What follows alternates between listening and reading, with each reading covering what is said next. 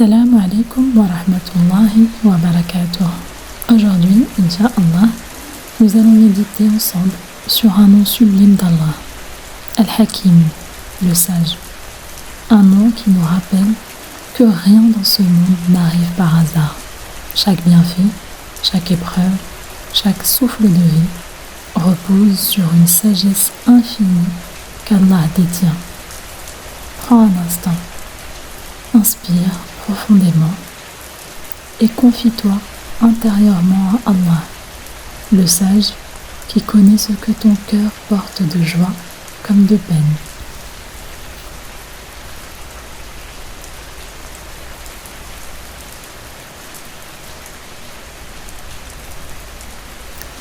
Al-Hakim vient de la racine arabe hakama, qui renvoie à la sagesse, au jugement parfait, à la décision juste.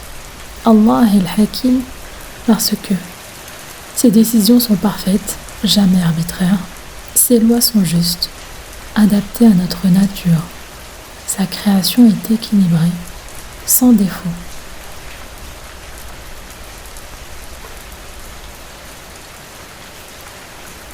Dans le Coran, Allah s'attribue souvent ce nom avec Al-Alim, le savant.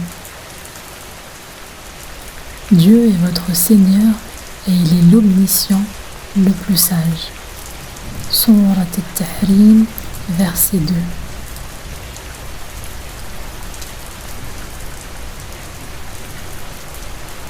Allah dit, et ton Seigneur crée ce qu'il veut et il choisit.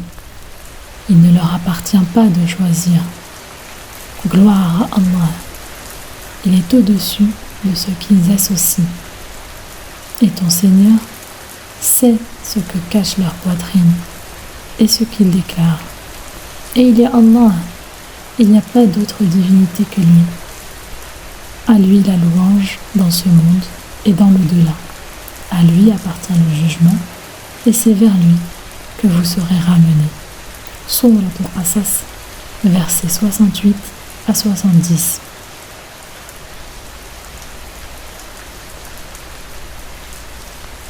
Chaque épreuve que nous vivons est donc entourée d'une sagesse, même si notre raison ne la saisit pas.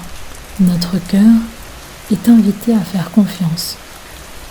Le prophète sallallahu alayhi wa sallam a dit « L'affaire du croyant est étonnante.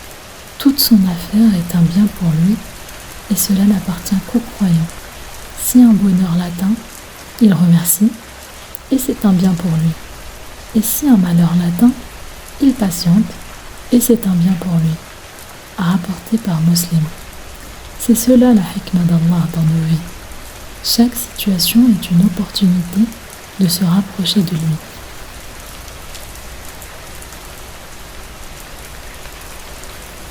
Lorsque tu médites sur le nom d'Allah, Al-Hakim, 3 attitudes se développent. La patience, sabr. Tu comprends que l'épreuve n'est pas un châtiment arbitraire, mais une occasion de purification.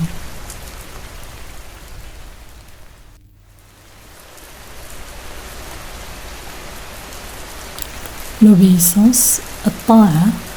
Tu réalises que les commandements d'Allah sont sagesse et lumière, même si parfois ton désir les contredit.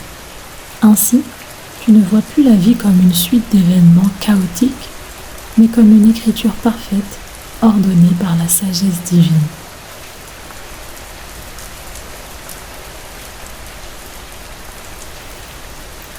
Quels sont les moyens concrets de vivre avec le nom Al-Hakim?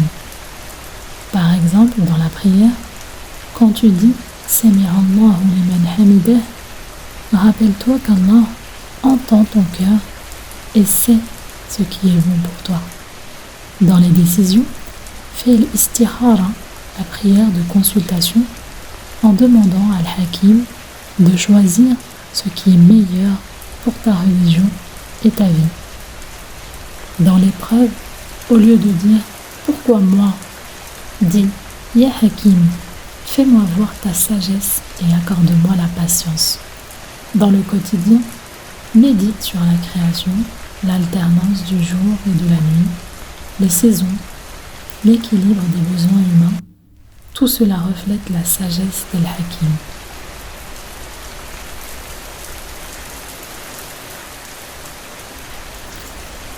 Inch'Allah, invoquons Allah ensemble.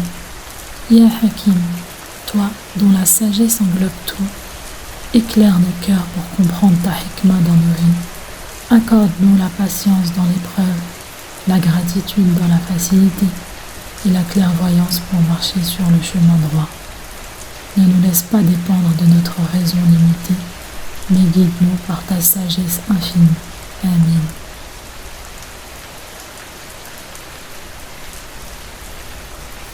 Souviens-toi, quand tu ne comprends pas le sens de ce qui t'arrive, rappelle-toi qu'Allah est Al-Hakim. Quand tes plans échouent, sache que son plan est meilleur que le tien. Et quand tu doutes, dis simplement Hasbi Allah wa ni'mal wakil. Marche dans ta vie avec confiance. Tu es sous la protection d'un Seigneur sage, juste et parfait. Wassalamu alaikum wa rahmatullahi wa barakatuh.